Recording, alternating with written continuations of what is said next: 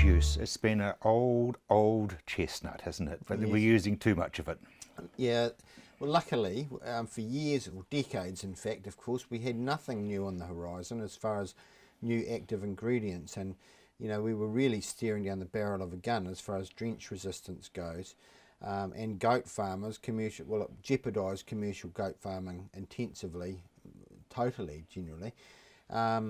So we're lucky that in the last few years we've had 2 new actives come on board, but it was decades where we were really looking at a desert as far as our new actives go. And so I guess it's just as important now as it was back then to try and make sure that we preserve the longevity of benefit of these new actives. And so there's a number of techniques that perhaps go against the flow of what traditionally would be seen as normal practice, which I guess is quite important to talk about in order to try and maintain the length of use for years to come of these new active ingredients and indeed the existing ones. Sort of mix and match? Yeah, so I think the old adage of when I first graduated as a veterinarian, we were taught to advise regular or annual rotation of drench families. That's been seen to not be quite as effective as we'd like, and in fact over time it can actually just lead to development of multi-strain resistant parasites.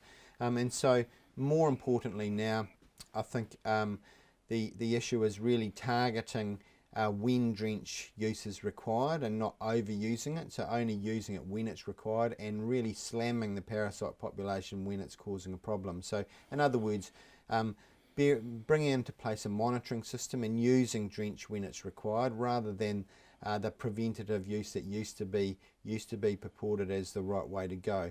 And you know, generally we used to stand on soapboxes and really promote use for production purposes only. I think these days we're taking more of a sort of standoff approach and advice, and accepting that the payback for making sure that we've got long use of these good chemicals and good active drugs is perhaps to weigh that or balance that against perhaps just use for production gain. So in other words, possibly it's better to take on the chin a little bit of production depression in order to maintain the use of these drugs by not bombarding the parasite population incessantly with them. This sounds to me as though you're talking about stock management and pasture management. Absolutely. So I think one of the big concepts that is quite difficult in many cases to understand is this concept called refugia. It's a topical term, and what it means is to try and maintain a large proportion of the parasite population being made up of parasites that are susceptible to the drug. If we treat every animal on a property with a drug, then the only parasites that are surviving and passing larvae onto the pasture to complete the life cycle with other animals are going to be the resistant ones. And so by more targeting drench use and perhaps actually having a group of animals that are more resilient to parasites, and although we may know that they've probably got heavy burdens, they're not showing much external effect of parasite infestation, perhaps leaving those undrenched so that they're still passing large numbers of susceptible parasites onto the pasture. That enables the proportion of parasites on a property to be weighed in favour of the parasites that are going to be able to be killed if they're causing a problem.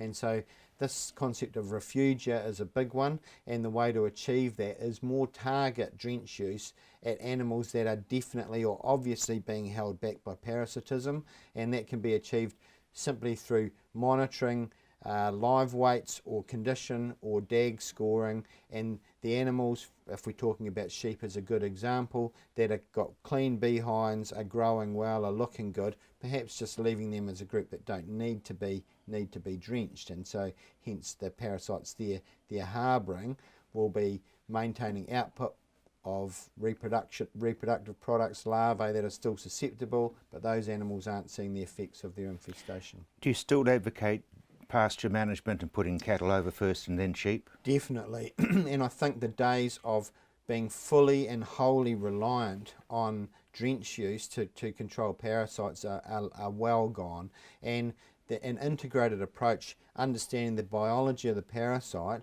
involving cross-species grazing, using different species that are not susceptible to a parasite affecting, for instance, sheep. If we can get a system that involves cross-grazing with cattle or llamas or horses, then that's really good to have that vacuum cleaning effect to mop up larvae. The other thing is age strata. So adult animals, generally, if we're talking about mainstream breeds, we'll take merinos out of the mix because they're a bit of An anomaly. an exception. Yeah. You know, adult mixed age ewes, they're really going to see very little effect of clinical parasitism, as opposed to lambs, which are still developing their immunity. In actual fact, the biggest problem we see with parasite infestation are the effects of the immune response on the parasite burden. We can use them in the same way as we can use other species to sort of harvest and mop up